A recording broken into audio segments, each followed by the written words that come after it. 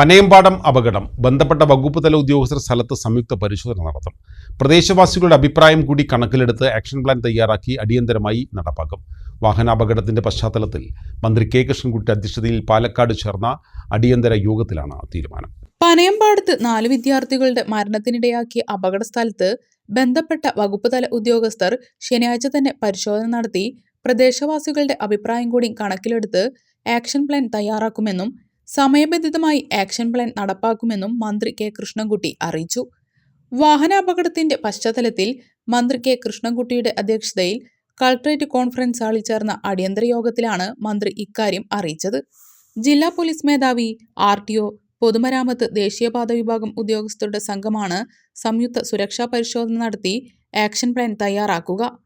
ഉദ്യോഗസ്ഥരിൽ തന്നെ ആദ്യം ഒരു ആലോചനാ യോഗം നടന്നു. അത് കഴിഞ്ഞിട്ടാണ് ജനപ്രതിനിധികളുടെ പെട്ടവരുണ്ടായിരുന്നു.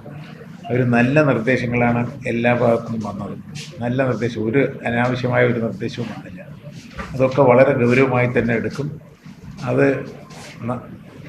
അതെടുത്ത ശേഷം ഒരു സമയബന്ധിതമായി പൂർത്തിയാക്കേണ്ട ഒരു ടൈം വെച്ചിട്ട് പിന്നെ ഒരു വർക്ക് ഷെഡ്യൂൾ തയ്യാറാക്കിയിട്ട് ഓരോ ദിവസവും ചെയ്യേണ്ട കാര്യങ്ങളൊക്കെ തന്നെ 2 ദിവസത്തിനുള്ളിൽ തന്നെ കലക്ടർ അവിടെ ഉദ്യോഗസ്ഥന്മാരുടെ ടീം ആദ്യം പോവും. അതിനുശേഷം കലക്ടറും വന്ന ശേഷം അവരൊരു തീരുമാനമെടുത്ത് നിങ്ങളെയും കൂടി അറിയിക്കും എന്തൊക്കെയാണ് തീരുമാനമെടുത്തത്.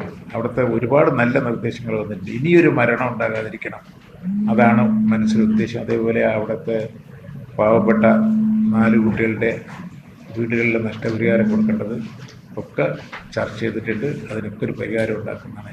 ആക്ഷൻ പ്ലാൻ പരിശോധിച്ച ശേഷം ജില്ലാ കളക്ടറുടെ നേതൃത്വത്തിൽ അടിയന്തര യോഗം ചേർന്ന് സർക്കാർ തലത്തിലുള്ള തീരുമാനങ്ങളും കൂടി കൈക്കൊണ്ട് നടപ്പാക്കും. വെള്ളിയാഴ്ച രാത്രി തന്നെ അപകട സ്ഥലത്ത് വാഹന പരിശോധന ആരംഭിക്കുമെന്ന് ജില്ലാ പോലീസ് മേധാവി R. വിശ്വനാഥ് അറിയിച്ചു. അധികൃതരുടെ പരിശോധനയ്ക്ക് ശേഷമുള്ള കണ്ടെത്തലുകൾ പരിഗണിച്ച് പോലീസ് വേണ്ട നടപടികൾ സ്വീകരിക്കുമെന്ന് അദ്ദേഹം അറിയിച്ചു. അപകടം സംബന്ധിച്ച് DYSP തലത്തിൽ അന്വേഷണം നടന്നുവരികയാണ്. ഇത്തരം അപകട മേഖലകളിൽ സ്പീഡ് ബ്രേക്കർ സംവിധാനം നടപ്പാക്കുന്നതിന്റെ പ്രായോഗികത പരിശോധിക്കുമെന്നും അദ്ദേഹം യോഗത്തിൽ വ്യക്തമാക്കി.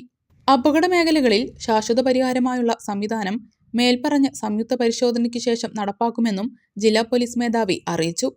സ്കൂൾ സമയങ്ങളിൽ പോലീസിന്റെ സാന്നിധ്യത്തിൽ പ്രത്യേക സുരക്ഷ ഏർപ്പെടുത്തുമെന്നും അദ്ദേഹം പറഞ്ഞു. സ്ഥിരം അപകട മേഖലയായ ഇവിടെ കയറ്റം ഒഴിവാക്കുകയും വളവ് നിവർത്തുകയും ചെയ്താലേ അപകടങ്ങൾക്ക് ശാശ്വത പരിഹാരം കാണാനാവൂ എന്ന് പ്രദേശവാസികളും ജനപ്രതിനിധികളും യോഗത്തിൽ പറഞ്ഞു. ദരിദ്ര കുടുംബത്തിൽപ്പെട്ടവരാണ് അപകടത്തിൽ മരണപ്പെട്ടതെന്നും ഇവരുടെ കുടുംബങ്ങൾക്ക് അടിയന്തരമായി സർക്കാർ ധനസഹായം അനുവദിക്കണമെന്നും യോഗത്തിൽ ആവശ്യമുയർന്നു.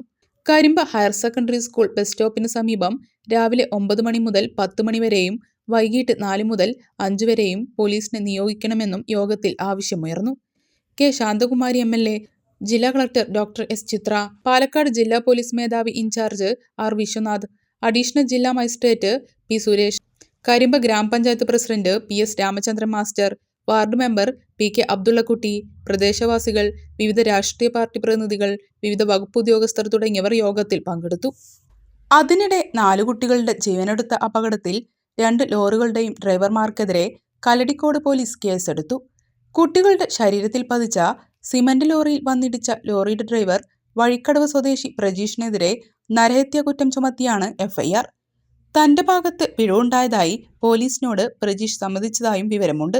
സിമന്റ് ലോറി ഡ്രൈവർ മഹീന്ദ്ര പ്രസാദിനെതിരെയും കേസുണ്ട്. മലബാർ ന്യൂസ്, മലയാളത്തിലെ ആദ്യത്തെ സമ്പൂർണ്ണ HD പ്രാദേശിക ചാനൽ.